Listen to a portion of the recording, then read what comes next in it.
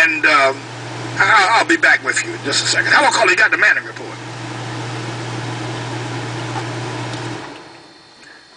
I can't hear a thing. Hello. Hello, Manning. It's Dawn from Florida. Hey, Dawn. How are you doing? I'm doing great. I wanted to mention something that's going on with the New Madrid fault line. Yes. This week they're having their national level exercises from May 16th through the 20th. And this is very important because during their exercises or drills is when they end up doing something like 9/11 or the bombings in London. So now who are doing these exercises? Who is it that's actually... FEMA. Okay, FEMA. All right. They've been preparing for this. That's why they have the prepackaged meals and all the body bags and the... And remember the underwater body bags. And yeah. I'm thinking that has something to do with it being flooded, you know. Well, that would make sense, you know. That would make sense. All this flooding that's now happening and the tens of thousands of body bags that they have gotten. Underwater body bags. Yeah. Remember, and that always kind of threw me for a loop underwater, but, you know, with it being flooded, yeah. Yeah.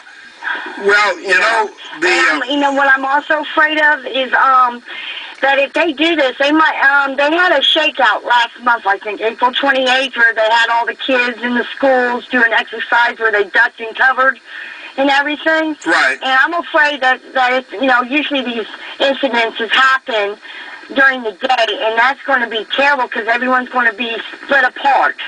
No one's going to be together or in their safe place, you know? And they already have all the kids all rounded up to take them to the camps, and I don't know. It's just very well, if the New Madrid fault, Dawn, if the New Madrid fault line goes, it's all over for all of us. And that could happen naturally just with all the water that's pressured on all them levees and stuff.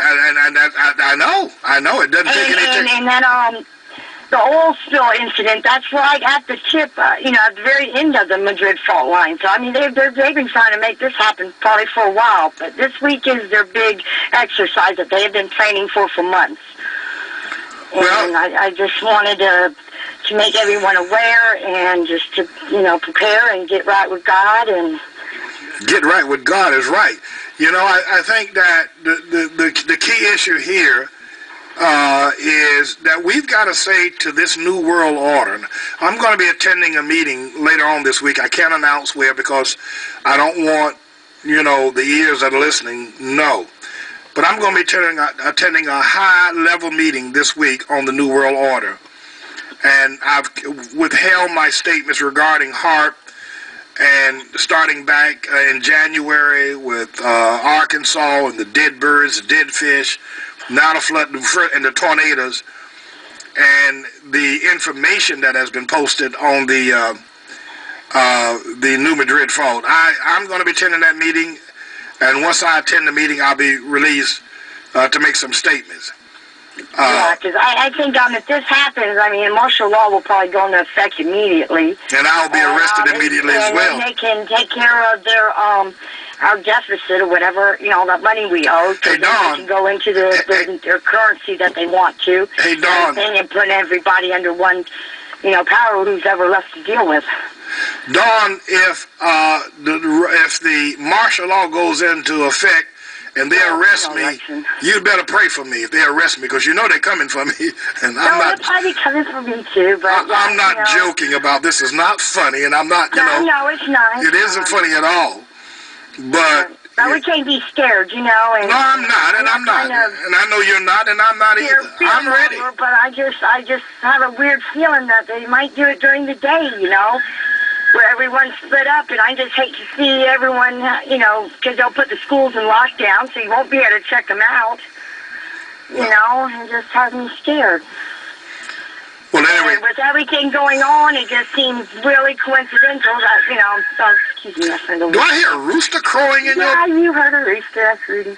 Is that where are you at?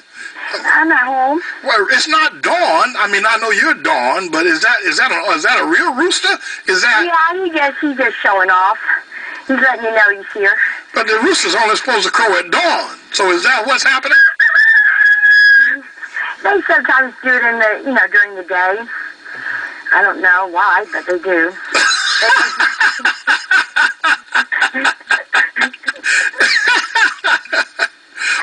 listen, thank you for your call, and tell your rooster thank him as well. Okay, I will. All right, well, I'll talk to you later and pray for everyone, okay? I will. I'm praying for you and Allah. Thank you, Dawn.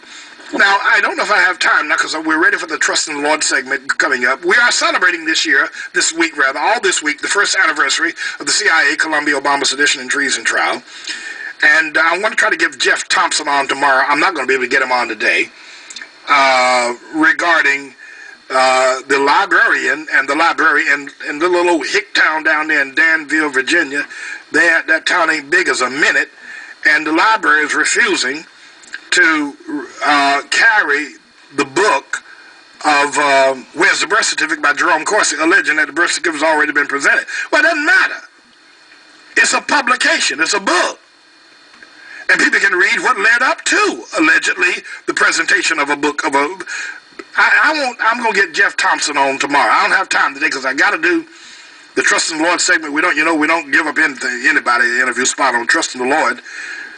But tomorrow I'm going to get Jeff Thompson on. We're going to find out why.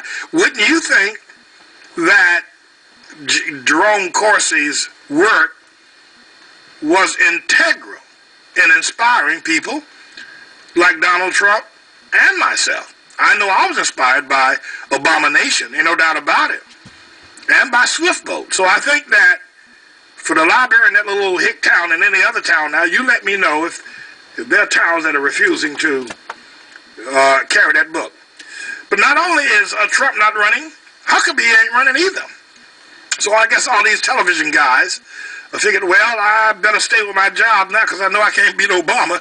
Ain't no point in leaving a $5 million or $25 million a year salary, fooling around trying to win an election that everybody knows can't be won. Ain't nobody out there can beat Obama. There's nobody out there right now that can beat Obama, and you and I know it.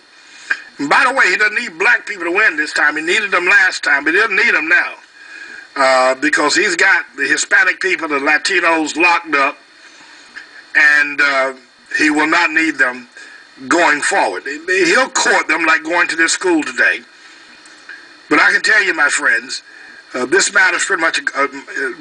Larry Sabato, and I do admire Larry Sabato, has stated, Obama's got 247 electoral college votes. He'll probably get, by way of default, another 60 or 70, which would be a landslide. His election in 2012 is going to be much larger than his election in 2008 if no one will oppose him based on the birth certificate issue. And these guys are not going to do it because they're part and parcel of the criminal activity that went on before. All right, continue to pray for us, everyone. Again, we're in the midst of a great celebration and of the CIA Columbia Obama Sedition and Treason Trial. I'll be right back with the Trust in the Lord segment after I pay some taxes, collect some food stamps, and shake my sterling silver sword.